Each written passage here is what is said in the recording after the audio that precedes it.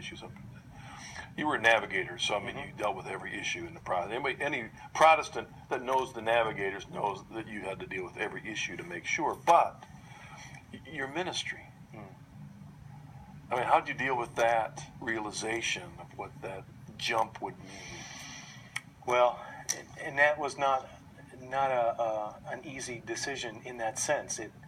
I became Catholic with nothing in my back pocket or nothing in the back of my mind, no fast track guarantee to become a priest, and whether or not that ever happens is all in God's mind and in God's time. I just believed that I had to be in communion with a bishop who was in communion with the Bishop of Rome. I came to the belief that the Catholic Church was that church that Christ founded on Peter and the apostles, and I needed to be in communion with that church. And if that meant that I was a layperson and served in some capacity as a layperson, and that's it, from that point on, then so be it. And just trusted that God would find, hopefully, some way to use my gifts and abilities, my education and experience, in a way that will help build up the church in the Diocese of Raleigh.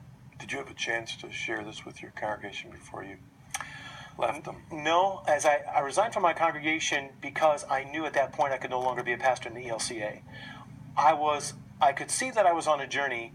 I had a sneaky suspicion where it was going to end, but I wasn't there yet. And so, I resigned because I knew my time in that congregation was done.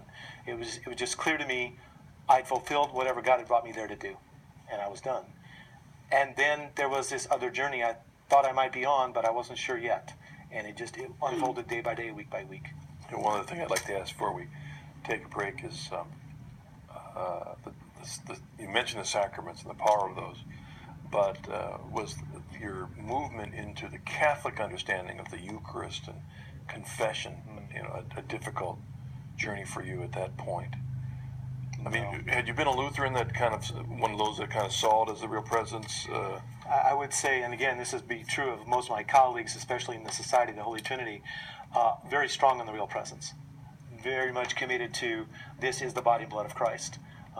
And I would say that commitment and seeing how even that aspect was being treated very shabbily in many ways was another one of those. I have to go someplace where they believe this is the body and blood of Christ and treat it that way.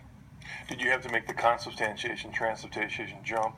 Or no, just wasn't an issue for you at that was. I see that as a philosophical way of explaining the same reality.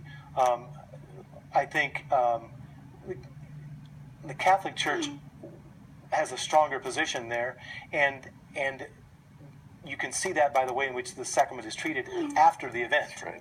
That's excellent. And that's all I can say on that. And confession. Confession, well, there again, see, Luther didn't want to give up private confession and absolution, and it's in the confessions. Sadly, I think you'd look far and wide to find any Lutheran church where private confession and absolution is offered every week and the congregation goes. That'd be rare. Because I remember I was brought up LCA, and I remember the Red Book, which was the book that I used. Common Service Book. Yeah, and I remember, we had the communal confession as part of the Lutheran liturgy, and very much a part of it, and the absolution was in there as more of a communal thing, very much a part of that. But the movement to the confessional box was a biggie difference, so radically different, Well, I could point, and on my youth, growing up in my youth ministry, came to know private confession and absolution. It was part of a retreat we would always do.